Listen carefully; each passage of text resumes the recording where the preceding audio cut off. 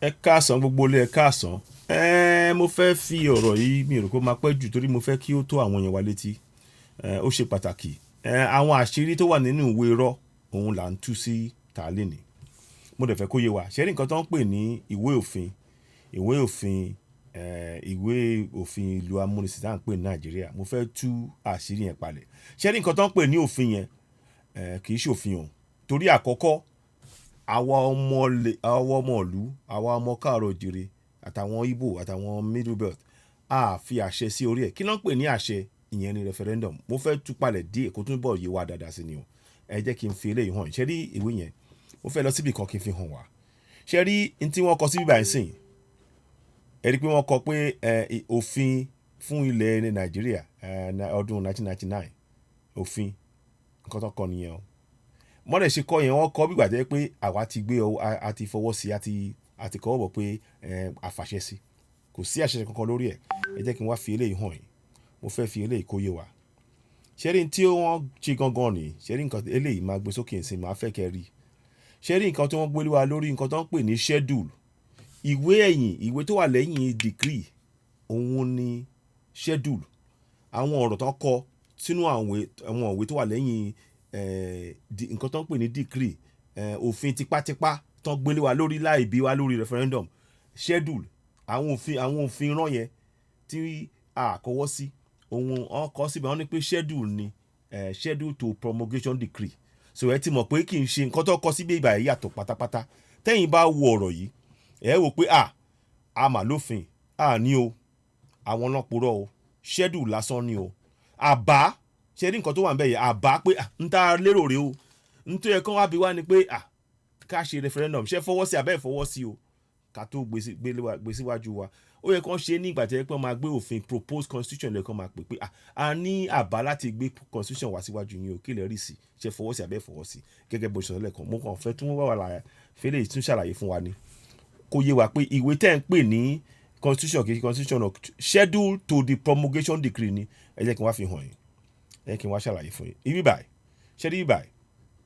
mo fẹ́ sún sókè kẹ́lẹ̀ rí. Wọ́n kọ ọ̀rọ̀ kan sí ìgbà tí mo fẹ́ kà fún gbogbo wa. Mo dẹ̀ fẹ́ láàyè wa kó yé wa dáadáa. Wọ́n ní lẹ́yìn ìgbà tí tán bá ti ṣe lẹ́yìn eléyìí o tí wọ́n bá fẹ́ dárúkọ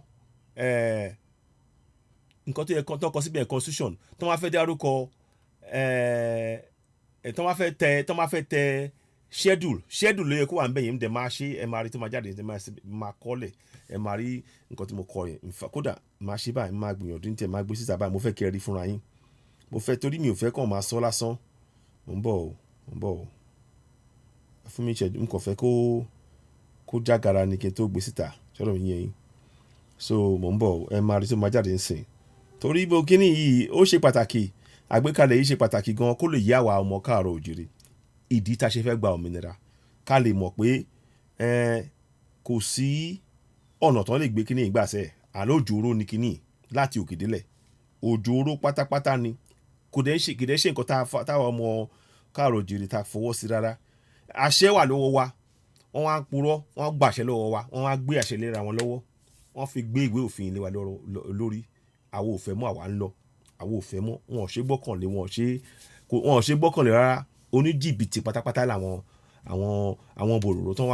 tán wá jọba lórí wa tipátipá yìí oníjìbìtì ni wọ́n. Ẹ jẹ́ kí n wá kábíyà fún yín. Wọ́n ní pé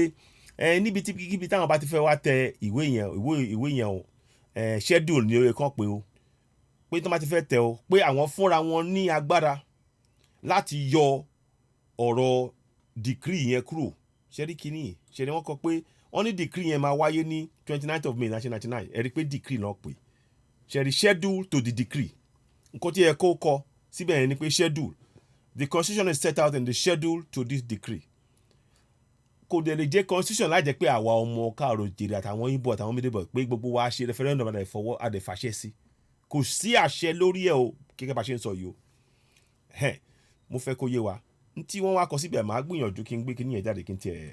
n fi ṣàpẹẹrẹ torí ó ṣe pàtàkì kẹ́ lè rí kíní nǹkan tí mo sọ yẹn àgbékalẹ̀ yẹn ṣe pàtàkì. Màá ṣe báyìí copy báwo mo ṣe fẹ́ ṣe yẹn náà ṣé mo lè gbé síbẹ̀ ìjọ kò nígbà kí n ṣe bẹ́ẹ̀ yẹn mo ń bọ̀ mo fẹ́ sáré ṣe nǹkan kan ẹ jẹ́ n sáré ṣe kíní kan náà tó bá ṣe é ṣe.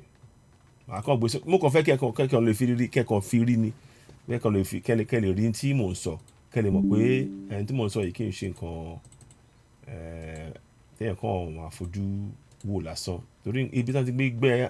gbé nǹkan gbẹ̀yìn wa gangan òun la fi ń hàn wáyé ṣe rí bẹ́ẹ̀ yẹn máa ṣe báyìí sìn máa ṣe báyìí nítorí kó kọ rèé o whereafter it may be necessary for the schedule to be printed it shall be lawful for the federal government schedule ẹ̀kọ́ pé torí schedule ni wọ́n kọ́ sí bí wọ́n ní schedule to this decree cherry schedule to this decree làwọn pè ní constitution àwọn ò dẹ̀ fàṣẹ sí torí náà kò ń ṣe constitution wàrà kò ń ṣòfin àbá tí àwọn gbé kalẹ̀ ni ẹ jẹ́ kó yé wa so wọ́n ní tí àwọn fúnra wọn nígbà agbára láti yọ ọ̀rọ̀ decree tẹ̀rín báyìí wọ́n fúnra wọn ní agbára láti yọ kúrò nínú ìwé tí wọ́n àgbéjáde torí náà ẹ rí ìwé yẹn mo yẹ sọ tẹ bá wò ìwé yẹn ẹ rí pé kò sí decree níbi kankan mi báyìí ṣe rí ẹ jẹ́ kí n wá gbé padà síbẹ̀ yẹn fún ìkẹrì wọ́n kọ́ sìn sókè ìwé yìí o kẹ́ ẹ lè mọ̀ pé mò ń pé bá mò ń bá yín mò ń ṣe ẹ̀fẹ̀ àbí mò ń purọ́ o wọ́n kọ́ sí báyìí pé constitution of the Federal Republic of Nigeria promulgation decree ṣe rí pé wọ́n kọ promulgation decree number 24 of 1999 ṣe rí bẹ́ẹ̀ ṣe rí pé wọ́n kọ síbẹ̀ yẹn nínú mo kàn fẹ́ tẹnu mọ́ kó túbọ̀ yé wa sí ni o torí gbogbo ọ̀nà a máa sọ kíní kó lè yé wa gbogbo ọmọ káàrọ̀ ó ṣe pàtàkì ẹ jẹ́ kí n wá gbé ẹ̀kọ́ àdá síbi tí mo ti ń sọ̀rọ̀ ọ̀rọ̀ tí mo sọ lẹ́ẹ̀kan yẹn mo fẹ́ gbé jáde ẹ jẹ́ kí n fi eléyìí hàn yín ṣe rí inú ìwé òfin yẹn ṣe rí nǹkan tọkọ Constitution of the Federal Republic of Nigeria gẹ́gẹ́ mo lè ṣe sọ lákọ̀ọ́kọ́ tẹ́lẹ̀ mi ìmọ̀ tí má tẹ̀ tí gbé kí n náà jáde mo fẹ́ fi hàn nǹkan tó yẹ kó wà ń bẹ̀ ni mo fẹ́ fi hàn yín kó lè yé wa dáadáa mo ti ṣe lẹ́ẹ̀kan but iwájú ìwé yẹn gangan nǹkan tí ó yẹ kọ́kọ́ nìyẹn mo dẹ̀ tó fẹ́ fi tẹ̀yìn yẹn fi hàn yín náà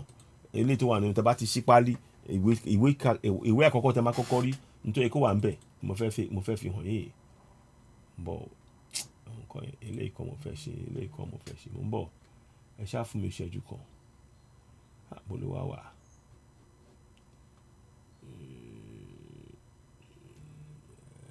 mo ń bọ̀ o ẹ ṣáà yẹ kí n warí ó kù tí ń báyìí ok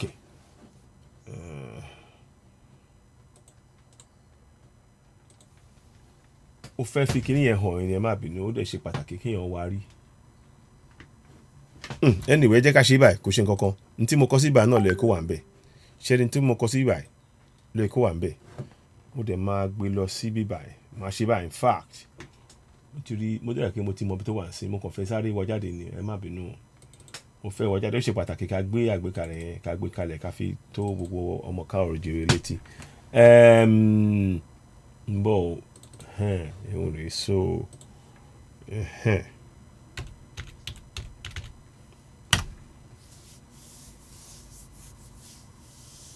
fẹ́ o tẹ́ wọn àgbé jáde ìyẹn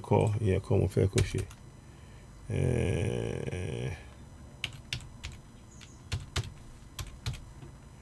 máa gbé jáde ẹsẹ̀ ó ń ṣeré ni ó ń ṣẹ̀fẹ̀ ni ó kúkú ń ṣẹ̀fẹ̀ ni.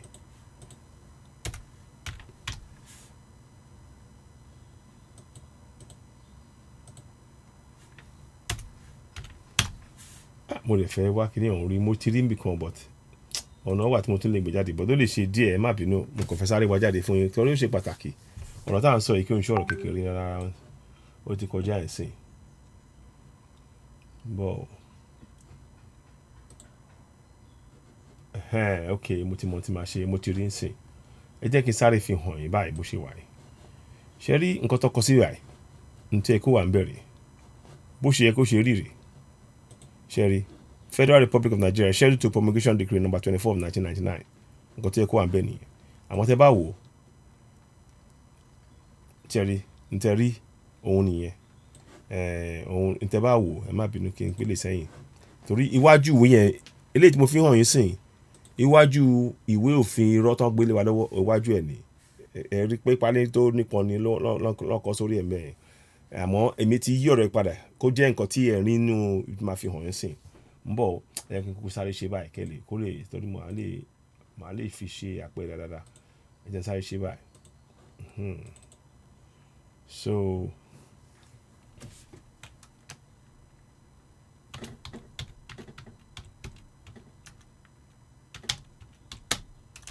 ń bọ̀ o, ẹ má bínú o.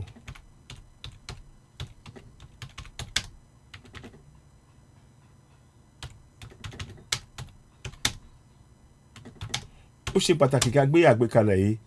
ká gbé kalẹ̀ bó ṣe yẹ ká ṣe ṣe torí kó lè yé wa lẹ́ẹ̀kan náà ni máa gbé jáde nísìnyí máa jáde ẹ máa wọ̀ràn now yẹ kí n wá ṣe báyìí sìn bẹ́ẹ̀ kó yẹ kó wá yọ mo ṣe fẹ́ kó yọ nísìnyí ẹ máa rí tí máa gbé jáde nísìnyí mo fẹ́ kí ẹ wá wò mo fẹ́ fi ṣàpẹẹrẹ kan lè rí dáadáa kẹ́ lè mọ̀ pé irọ́ ló ń pa fún yín ṣẹ́rí tí àwọn ọkọ̀ tí n bá ṣe bẹ́ẹ̀ yẹn kò ní ó lè má tètè jàgàrà mo dẹ̀ fẹ́ kó jàgàrà tá a bá ṣe ń ṣe ṣẹ́rí nǹkan táwọn ọkọ̀ nìyí wọ́n ní constitution to the Federal Republic of Nigeria but ẹ jẹ́ kí n wá wo bó ṣe nǹkan tó yẹ kó wà ń bẹ̀ gangan òun lèmi fi hàn yìí ntí ẹ kó wà ń bẹ̀ gangan bó ṣe yẹ kó ṣe wà òun ò lè ṣẹ́rí ntí ẹ kó wà ń bẹ̀ ní Federal Republic of Nigeria schedule to promulgation decree number 24 of 1999 torí pé kí ni ntí wọ́n kọ sí ibà nìyẹn wọ́n kọ pé àwọn fúnra wọn ní àṣẹ láti yíwèé wọ́n fúnra wọn ní àṣẹ wọ́n ní tá bá ti fẹ́ tẹ ìwé òfin tá bá ti fẹ́ tẹ schedule ẹ̀ kọ́kọ́ síbẹ̀ yẹn tá bá ti fẹ́ tẹ schedule jáde pé àwọn fúnra wọn ní agbára láti yọ ọ̀rọ̀ decree kan yọ kúrò pé schedule yẹn nìkan àṣẹ́dù yẹn kan ló máa jẹ́ ẹni tí ó máa ní ló máa jẹ́ nǹkan tó máa dàbí ìwà yẹn pé àwọn fi decree yẹn sínú ẹ̀ tó máa ní agbára kò dẹ̀ ní agbára kankan lórí wa torí àwa ọmọ ìlú láti dìbò láti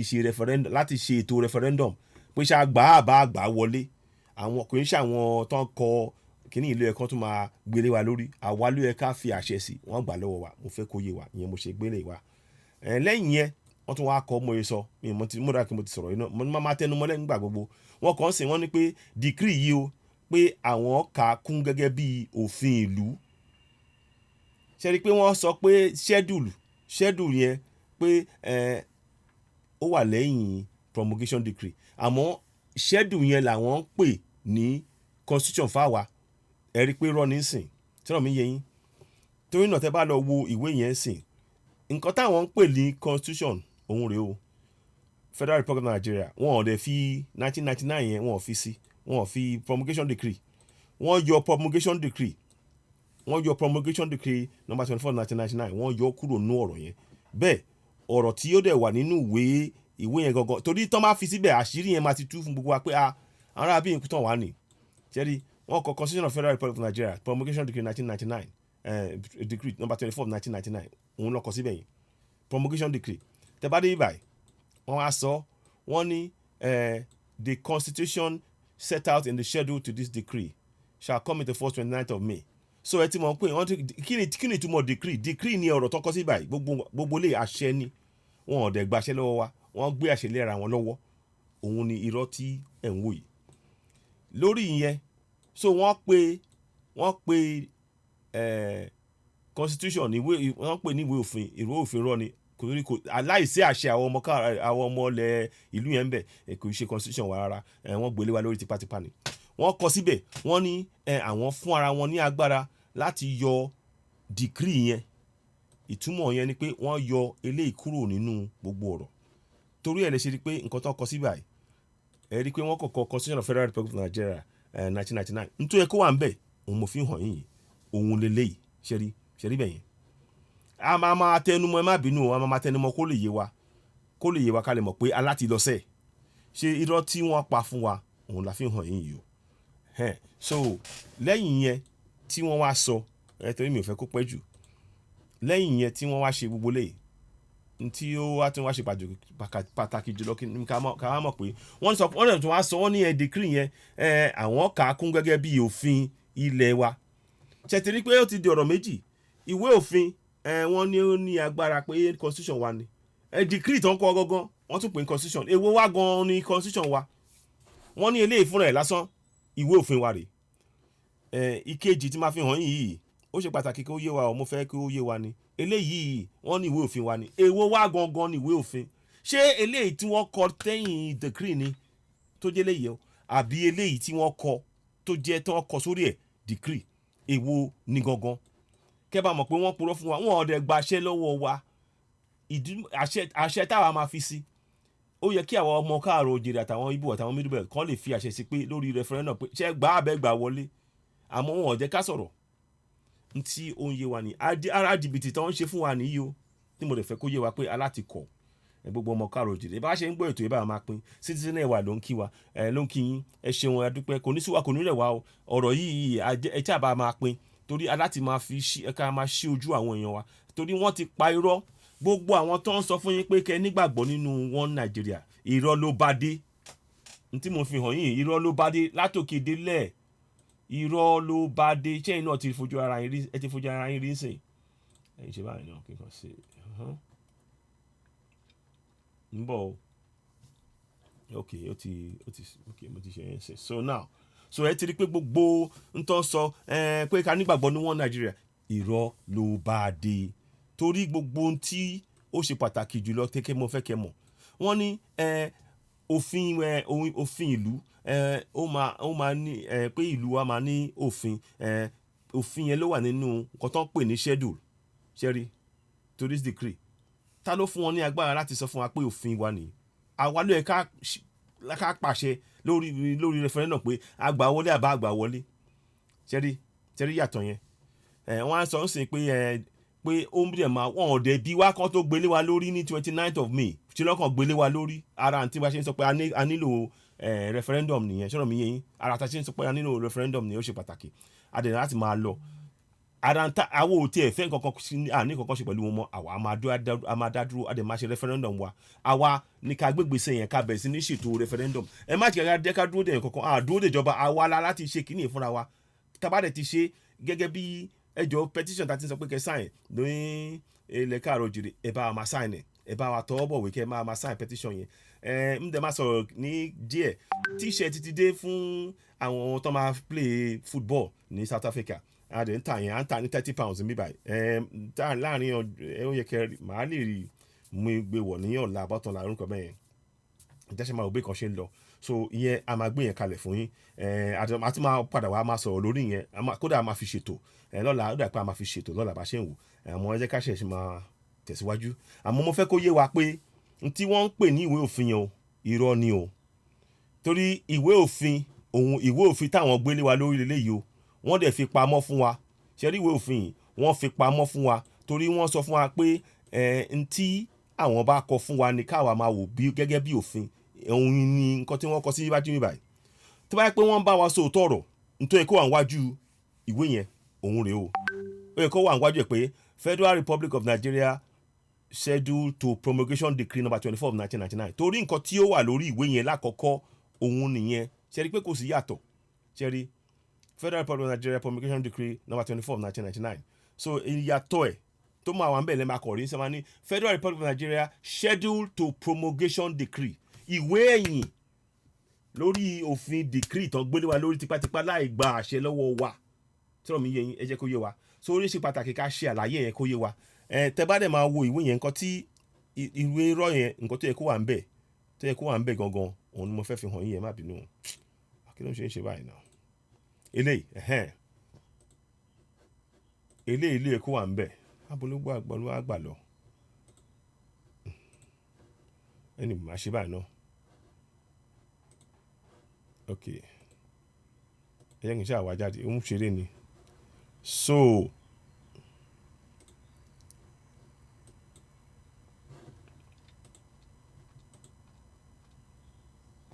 bọ̀ ok màá tún yẹ̀wò ńgbà yẹn kò sí mi mọ́ tó ń ṣẹlẹ̀ bẹ́ẹ̀ mo kàn fẹ́ kẹ́rí dáadáa níná